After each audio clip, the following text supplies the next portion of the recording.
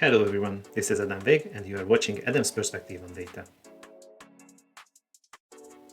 In the last couple of weeks I was working on a migration. We are migrating all the data products that we have, including Power BI reports, data warehouse and data processes. One of the challenges that I faced is about the Salesforce connector in the Synapse environment or Azure Data Factory, because the Salesforce connector is now changing for Salesforce V2 connector, but it actually gave me a little bit more challenges than I thought. If you take a look at the Microsoft Learning page, you can see here the important note that the connector needs to be replaced latest by the 11th of October. And I would highly recommend you to do it as soon as possible because you will have some work with it definitely. I will now explain you that what are those changes that I faced and how I resolved them one by one, and hope it can help you with the migration from the legacy to the new Salesforce connector. So if you scroll down a little bit, the first thing that you will definitely face when you are creating the new link service with the new connector, basically when you create this new Salesforce connector, the different thing versus the legacy one is definitely the authentication type. This new connector is requiring client credentials, and you need to add client ID and client secret. This first step is something I wouldn't really explain a lot, because here in the client ID you can create the article and you can find a pretty straightforward explanation on the Salesforce side. With that you can set up the necessary application within Salesforce, and with that you can set up the credentials and you can authenticate your connector. In my pipeline, there are pretty few steps how I transform the data from Salesforce, but as this video is about the new Salesforce connector behavior, I will limit the activities mostly for those ones that you need to know. That is mainly the copy activity and some other script and lookup activities before that. Let's start with a very simple activity, a copy activity. In the source, I'm specifying the Salesforce side that I have, and I will use the account object and the entire object that I would like to copy to my data warehouse. So in the sync, you can see that I would like to store it in the demo schema and the account table with the bulk insert and auto create table function. Maybe what we can do is to enable the staging,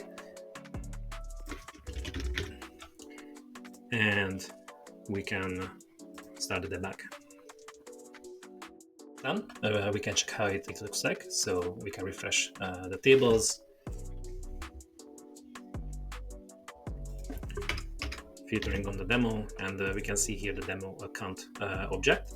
But if I check that how it looks like, you will see that actually all the objects are with not a really good data type. You can see that the IDs embarcar max. Also, a lot of the fields, most of the fields is embarcar max. So it seems that this new Salesforce connector, if we just select the auto create table, unfortunately it cannot identify the proper schema and the proper data types. So this is something that we need to do in some separate actions. First, I checked if there is an object in Salesforce that contains a schema of the different other objects, but unfortunately not. So we cannot put it in so easily, but we can utilize the Salesforce REST API capabilities to put the schema. Let's see how. First of all, let's search for the Salesforce Postman collection. You can type in Salesforce Postman collection in the Google, and the first one is the Postman Salesforce Platform APIs. If you open this, it leads you to the Salesforce Developer Collections, and you will get the collection that you need to use for your APIs. You can run it in Postman, you can download it, and you can edit your Postman application, and that's what we will continue with. Here we will use the Salesforce Platform APIs, and within that the authentication module, and the username password flow as a post request. Here you can set up the request by adding your own Salesforce site within the headers, you need to specify content type and accept. And within the body, this is the most important part. Here you can add the grant type as a password, and you need to add the client ID, the client secret that you created in the previous steps, and the username and password. With that, you can enter Salesforce. You can find here that there are some other built-in scripts that you need, and this is the code that you need. Once you are done with that, you can go to the code section, and to use it within the Synapse environment, you can select the HTTP, and this will be the code that we will use in the Synapse. So let's go back to Synapse. For now, I will delete the copy activity, and what I will use now is the web activity. With that, we can authenticate to Salesforce. It will be the authenticate step, and what we will do first, definitely we will need the URI. This is something that you can copy from the Postman. This is the old /token ending. The request will be a post request. Within the body, you can select what you can see with the grant type. And we will definitely need some headers, actually the 4 headers that also was on the Postman collection. We will have these 4 headers, the content type, the accept, and the cookies, and the content lengths as well, copied from the Postman collection. So now let's see what's happening. I also run the debug. So it succeeded, and the output, as you can see, is the access token that we will be able to use in the next step. The next step is to add the schema. I'm using a new web activity for that, based on the authentication. It will be called schema. In the settings, I will use the following URI, the services per data per version. This is the version that we are using as objects. Here we can specify that what is the object, which schema we would like to need, and describe. The method now will be a get method, and the last step is to add a header, and in this header it will be the authorization, and the value will be a dynamic value. We will use a concatenation mirror space, and we will use the output of the authentication step, and with the output we will use the .access token. Click OK and start the debug. So now this is succeeded. Let's take a look at the output of the schema.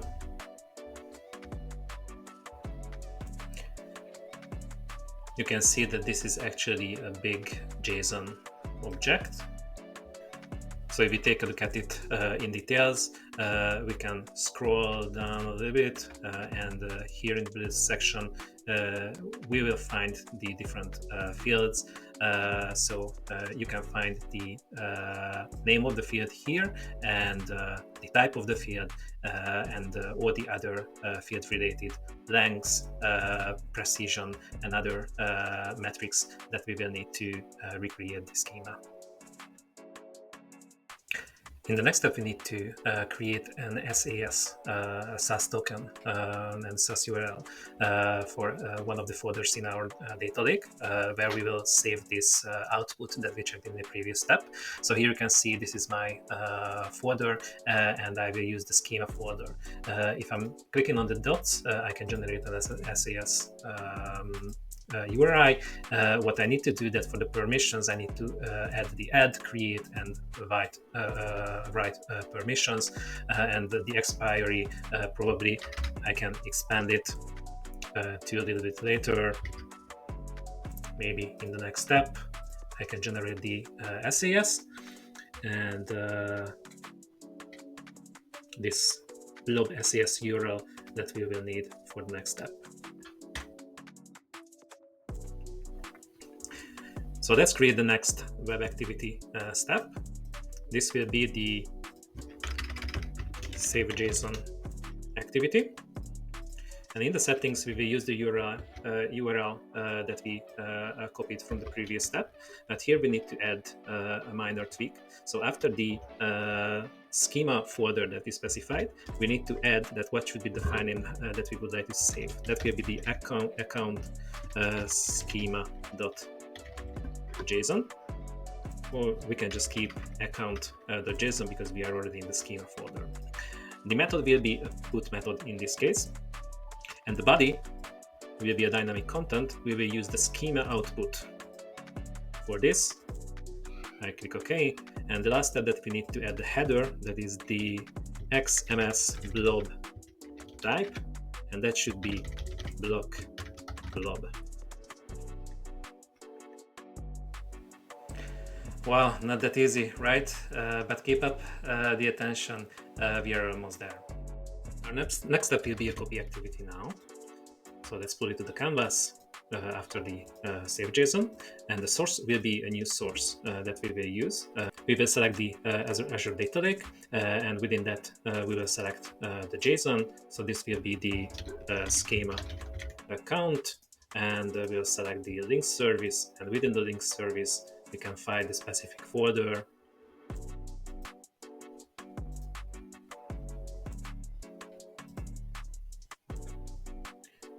Schema, and we can select the account JSON file.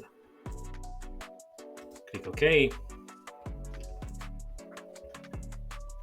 And in the sink, we will select our dedicated SQL pool, our schema, and it will be a temporary table called object schema account. We will use a bulk insert and then auto create table.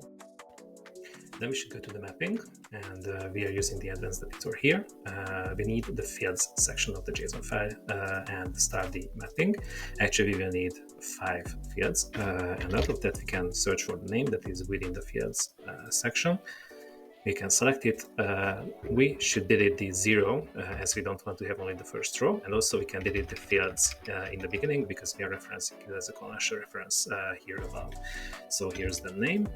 We need it as name in the destination as a string, and we need 4 more fields. That is the type as a string. We need the length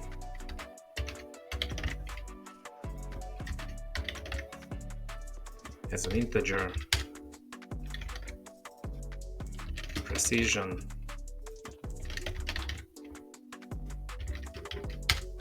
and scale.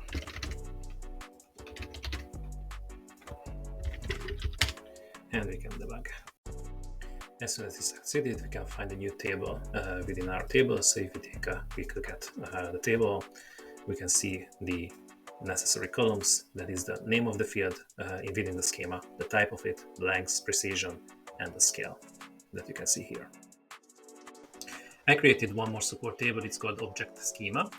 Here we can see basically I'm using these 5 fields from the previous section: name, type, length, precision, and scale. And there is an object, a new type, and an order column that I created. Actually, let me show you how you can fill up this table based on the previously created schema object.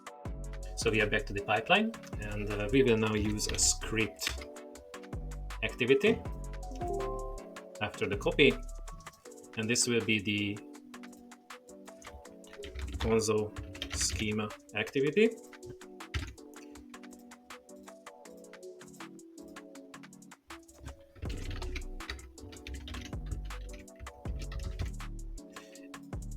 And the script will be, I will edit in the dynamic content. And let me show you what is happening in the script. So first of all, we are deleting everything that is in the consolidated object schema for the account objects. Now we only have the account object, but if you have more objects, maybe it can be dynamically changed. And we are inserting into this object schema the name, the length, the precision, and the scale for the account object as an object. And here we have some rules how we are converting the Salesforce data types to Synapse or Azure Data Factory data types. So what is a Boolean or a bit? What is Boolean in Salesforce then will be a bit in Synapse. Datetime and integer data types will remain the same. What is currency, double, and percent in Salesforce, we will concat it to a decimal with the specific precision and scale. And what is a string type or embarker type in Salesforce, if this is higher, if this is too long, then we will use the embarker max in Synapse. Other, we will use the embarker and the number of lengths in the Salesforce field. Also, what we will use is the row number over order by select null, and this will be the order. This is important to keep the original order of the columns or attributes in Salesforce and to create the ultimate data table with that. Definitely, we are checking. We are pulling the data from the Salesforce object schema account that we created in the previous step. And here, an important last step is a filter. We need to filter out some data types from Salesforce, like address and location. These are so-called compound data types, which cannot be handled by Synapse or Azure Data Factory or the secure server database. All the details is put in different string formats, but these formats should be excluded from the final view. And as a last step, we can drop that temporary table that we created. And okay. The next step is to create a string with that we can create the schema in the copy activity. I also use a script for this based on the schema, and it will be called create schema, and setting up my pool. And the script will be like this. So this is a string function that we are pulling from the object schema, where the schema is the object is the account. We are concatenating the name and the new type, where we consolidated the new types for the Synapse data table creation, and we are ordering it based on the order that we created in the previous step. And you know what? Here comes the next step. So we are back to the beginning. Let's see how the copy activity will work now. So let's again try to put the copy data here. What I will do that definitely I will drop this account table first.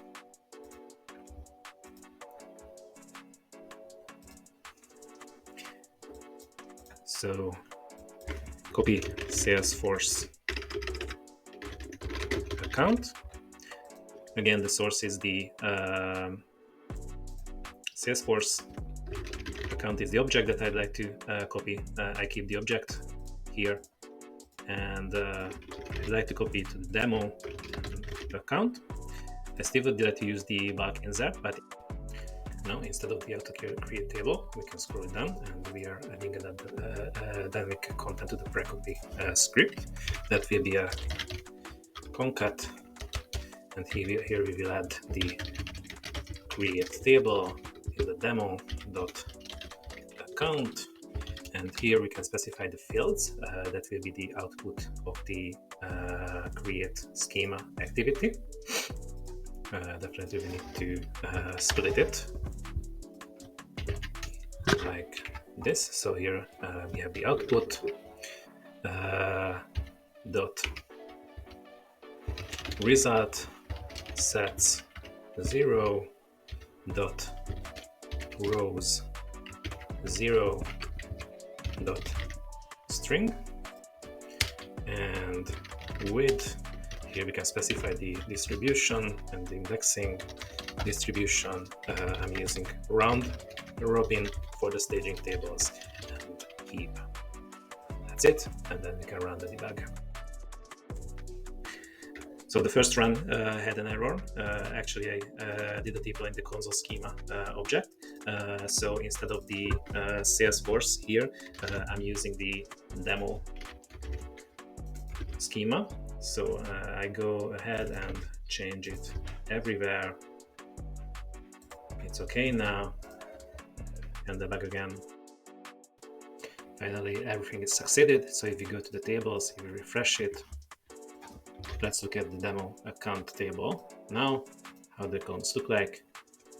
Great! Now it seems that we have the proper data types for every fields, and we can go ahead and use the table for our data. So that's it, guys. Not easy, right?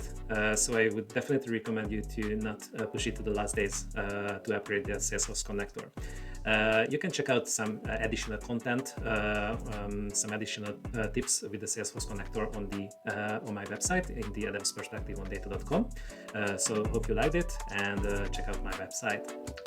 Cheers.